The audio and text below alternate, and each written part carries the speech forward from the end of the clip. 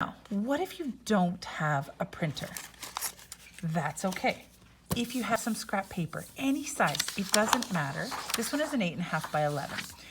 It's a rectangle, and I need a square to make this happen. So the first thing I'm going to do is I'm going to take this paper, I'm going to make it into a square. Now we know that 2 triangles make a square. So I'm going to start by creating a triangle by folding my paper. There we go. I can fold in the corner here. Oh, yikes. Of course, in the camera. And I've got my fold. As you can see, there's some extra paper here. I'm going to cut that paper off.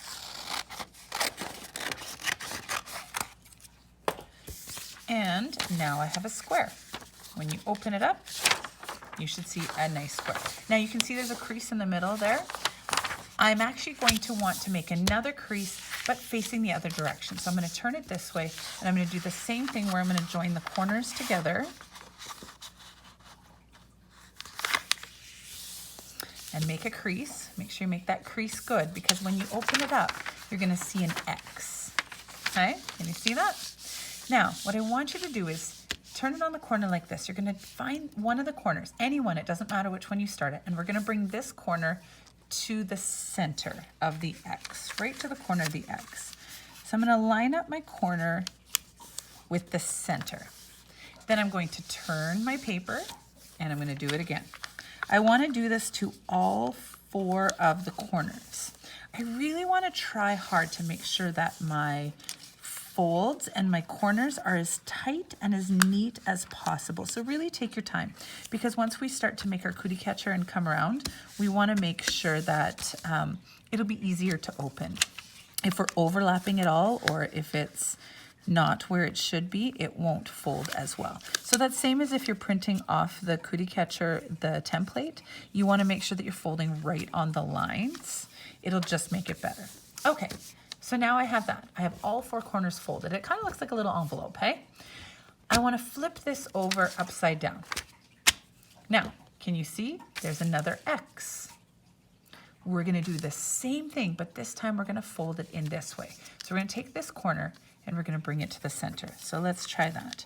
Really watch all of your lines. This is where having the printed version is nice, because the lines are already there, so they're easy to follow. But that's okay, we can do it without, because we created lines with our folds.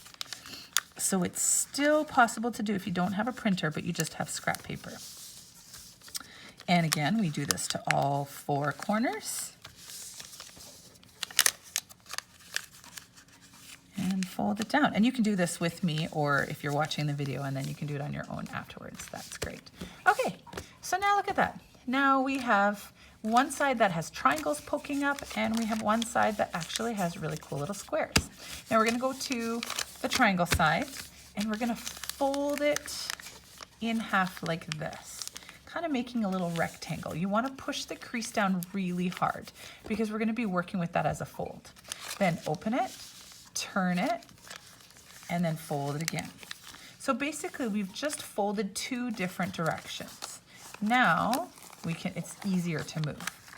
So if you want, right away you can put your fingers in it just to see if it'll work. Okay, I put those 2 fingers in there, and then I'll put my pincher fingers in there, and then you kind of push it together. Now it might be all crunkly like that. You can just push your finger and thumb right up into the corners. That helps. You can even pet it a little bit. I like to flatten it out some. Awesome. And there we have a homemade cootie catcher.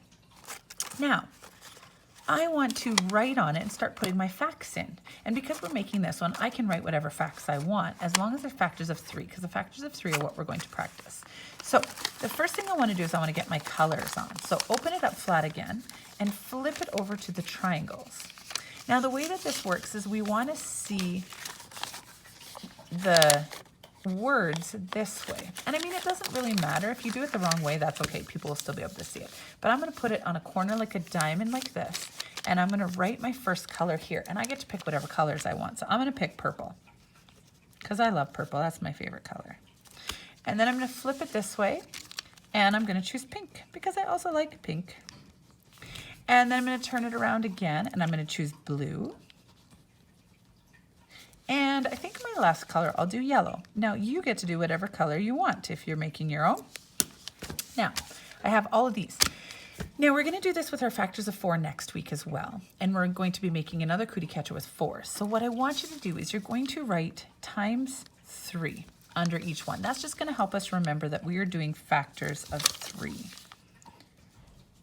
I mean, you can always look inside of it too, and that will help you. But I'm just going to write factors of 3, so times 3. Now, flip it over. And as you see, we have little triangles here. Now, this is where we're going to write our numbers and our multiplication sentences. So I'm going to start, and we want to go so that the triangle is this way. So it'll kind of look like, see the flap is like this? I'm going to go in the center line here, and I'm going to have one facing this way and then one facing this way. So I'm going to start with 0. The template doesn't have 0, but we still want to learn about our 0 facts as well. I'm going to also write the number word, just because I want to be clear that that's a 0. And then I'm going to write 3 times 0, because I want to make sure I get that. Then on this side, I'm going to write 1. I'm going to do O-N-E for 1, and then I'm going to say 3 times 1. Pretty simple. You got the idea? Now I'm going to turn it around here. Again, I have to start on this angle here to make sure that it's a good angle. And I'm going to do 2. T-W-O. And I'm going to say 3 times 2. And then I'll go on this side. And I'm going to do 3. T-H-R-E-E. And I'm going to say 3 times 3. Then back to the top here. Turn it to the corner like this because I want to write in this triangle. And I'm going to write 4, which is F-O-U-R. And I'm going to say 3 times 4. On this side, I'm going to do my 5, F-I-V-E, and 3 times 5. And then on this one here, again, now I have 2 extras. In grade 3, we're only expected to learn up to these. This is as many as I want you to have memorized. You'll notice on the template also, the template also has some bigger numbers. So this one's even more of a challenge. If you don't want to challenge yourself, or you're just working with what we have here, that's okay. You can, if you want, choose 2 of the numbers that you've already done in here. Or you can try 6 and 7, which are the next 2. Or you can multiply it by 10, because we know anything times 10, you just add the 0 on. So I think maybe I'm going to do that. I'm going to choose 6 and I'm going to choose 10, because those are pretty easy ones. So I'm going to start with the 6, S-I-X, and I'll write 3 times 6. And then on this side, I'm going to use 10, because 10 is really easy to multiply. T-E-N, and I'm going to say 3 times 10. Now, I have all of my number sentences on here, but they don't have their answers because I want to put my answers inside. So when I open this flap here, I'm going to put the answer in here, sort of where it's hidden, or I can put it in here, either place that you want, because when you go to open it and you flip it up, the answer will be here. I'm going to put it under the flap so that you can't really see your next one. So, for example, I'll start with 0. 3 times 0, we know is 0, because anything times 0 is 0. 1, 3 times 1, well, that's easy. We know 3 times 1 is 3. Anything times 1 is itself. You could, if you want, put a line underneath just so that you know the difference between the two, but you should be able to tell that those are 2 separate ones. Then I'm going to close that up, go to the next one. 2, 3 times 2. I have 2 groups of 3. 3, 6. All right. 6. Okay, 3 times 3, 3, 6, 9. I already know 3 times 3 is 9. Awesome, and then I'm going to close that up. 4, 3 times 4. We know that one. We've been talking about that one a lot. 3 times 4 is 12. Or I can say 3, 6, 9, 12. And I'm going to write that there. Then 3 times 5, 3, 6, 9, 12, 15. Again, counting by 3s. Or I could count, because I know it's counting, 5s are easy to count by, 5, 10, 15. Remember, commutative property says that we can say 3 times 5 or 5 times 3.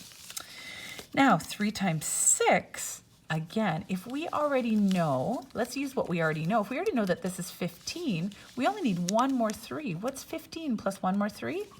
Is 18. There's lots of different ways that you can think about it, and if you forget because it's just randomly, you can just count out your 3s if you want.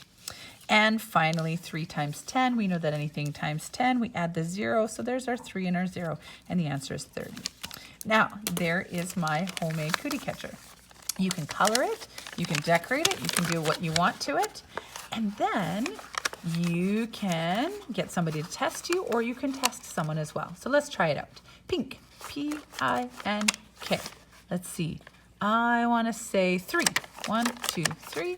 And I'm going to say 3 times 5. I think 3 times 5 is 15. And I got it right. Hey, this is just a fun thing that you can do if you don't have a printer and you want to make a cootie catcher. You can make these cootie catchers and put anything at all you want on it. That's all for me for now. Have a great day.